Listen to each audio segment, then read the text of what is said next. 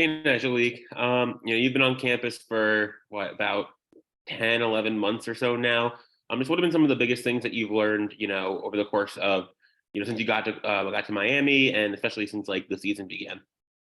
Well, I had to learn how to adapt to become a college athlete. I had to learn how to set my alarm, wake up without my mom. Just just had to learn different things, learn how to become a man, how to do stuff for my own. So yeah. Our next question comes from Manny Navarro, The Athletic. Manny? Hey, Nyjalik, curious about Jason Taylor and what kind of work maybe you've had with him and maybe the way he's helped you become a better pass rusher. I know you got your fourth sack this last game. Just curious what you've learned from him specifically. Well, it's great being coached by a previous Hall of Famer. So he taught me a lot, taught me how to get off the ball, how to mature in my pass rush. So he really helped me with my game. Our next question for Nyjalik comes from Susan Miller-Degnan of the Miami Herald. Susan? Hi, Nyjalik. What were these last two games like? I mean, they had to be really intense. What was each experience like? The overtime one and FSU also. Well, they was good experience. It was fun to play in overtime on my birthday, my first overtime college game. It was hype and it was away, so I had fun playing in the overtime game, and I'm glad we came out with the win.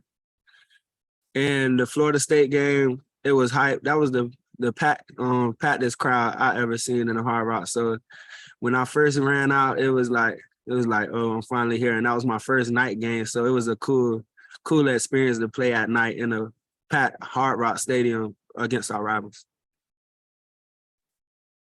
Our next question comes from Luke Chaney of All Hurricanes. Luke? Hey, Nyjalik. So, given that you're only still a freshman, what are some of the areas of your game that you're continuing to develop in, you want to improve in as your college career moves on? Well, I want to develop in the run game, learning how to shed blocks, learning how to read the offense and knowing what they're running before they even hike the ball. Just being more ready before the ball snap. Next, we'll go to Frank Tucker from Keynes County. Frank? Hey, Nyjalik, you in that 2022 class have really started to develop quickly. You, Inez Cooper, Wesley Besaint. What's the message from the coaching staff to you guys as a group going into the future of the program? Just trust the process. We know our season ain't going too well, but we still the future. We still can change things around next year. Just trust the process. Don't be down on ourselves. And even though we not having a season we're having, just keep pushing, keep going through it, and keep playing hard. Because next year, we're going to be the leaders of the team. Anything else for Nyjalik today? Yes, Josh, I have a follow. Go ahead, Susan. Hey, Nyjalik. So I asked another one of the players, how hard is it to turn off all this noise from social media, after games like last week's and the weeks before? You guys are young, you have cell phones. How do you do it, or do you do it?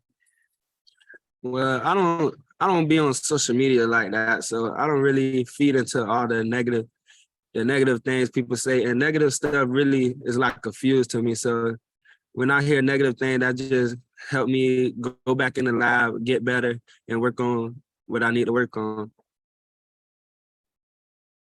Nyjalik, thanks for your time today and good luck on Saturday. No problem. Thank you, everyone. Thanks, Josh. Thanks.